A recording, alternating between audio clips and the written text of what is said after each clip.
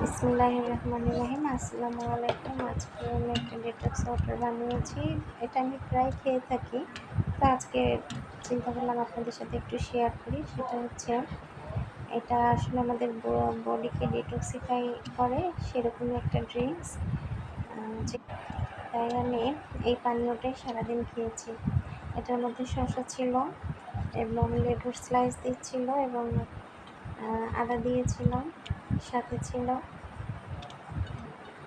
তুলসী পাতা এবং pink salt এবং পরিমাণ মতো পানি দিয়ে এটা আমি সারাদিন খেয়েছি এই পানীয়টা।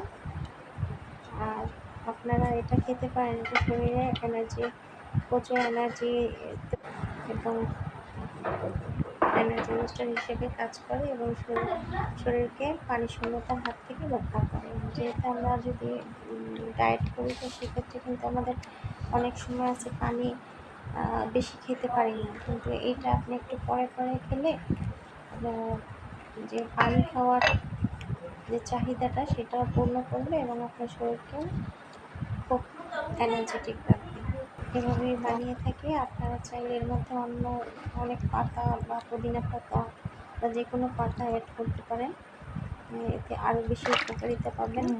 আমি যেটা আমার হাতের কাছে ছিল আমি সেটাই দিয়েছি। এটা জাস্ট আমি যেভাবে খাই সেটাই দেখালাম। আল্লাহ হাফেজ।